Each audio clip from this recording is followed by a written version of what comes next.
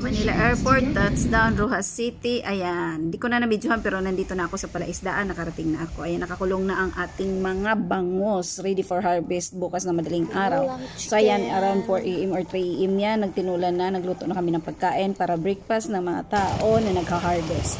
So ayan na guys, hinuli na yung mga nakakulong na isda na bangus. So first time ko makita yung actual na pag-harvest ng bangus, hindi pala madali, mahirap pala.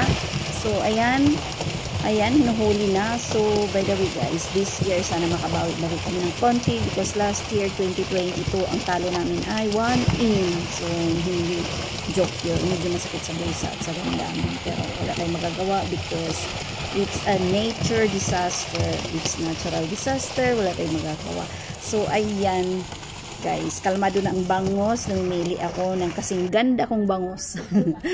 Ayan. So yun, malalaki ang ating bangus. So far so good. Happy harvest ka fish pond. Ayan, by the way guys, it's 5 months and half ang ating bangus. So ganyan siya kalalaki, almost 750 grams.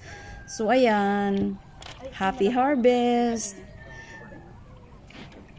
Maraming salamat, sana mag-enjoy kayo. Medyo matagal na ako hindi nag-upload kasi medyo madugo talaga yung nangyari sa amin last year. Pero thank you Lord sa mga blessings na dumating sa amin this year. Maraming salamat. Ayan guys. See you sa part 2 ng video na to. Bye!